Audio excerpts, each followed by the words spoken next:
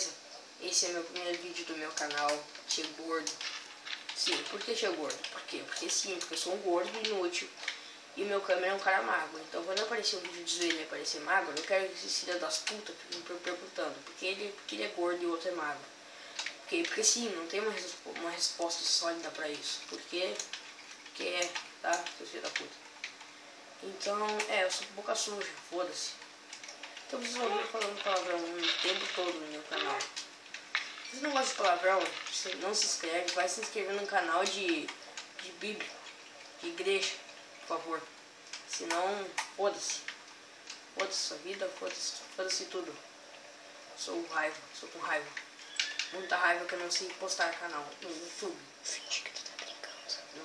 Não estou. Cara, senão ninguém vai ficar brabo, cara. Estou. Tá bom, Só vocês falarem, eu estou brincando. Tudo que eu falei foi brincadeira.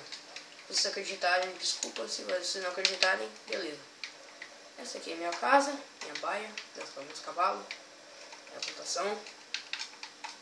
E aquele papo que eu sou bagaceiro, sou mesmo. E os nomes que eu chamei vocês, desculpas que não foram verdadeiros, não sou de brincadeira. É que eu não sei como gravar uma intro de um canal bom. Que esse é meu primeiro vídeo do meu canal, né? Eu já gravei outro vídeo com um canal, no Total Gamers, meus amigos lá. Mas ficou uma bosta. Foi gravado pela webcam. Uma merda. E não tinha um câmera bom também, né?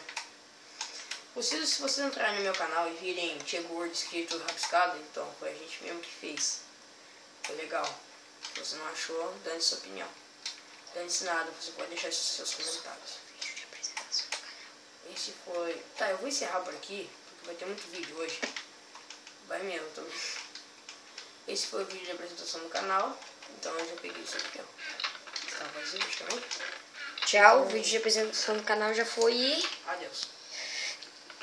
Tchau.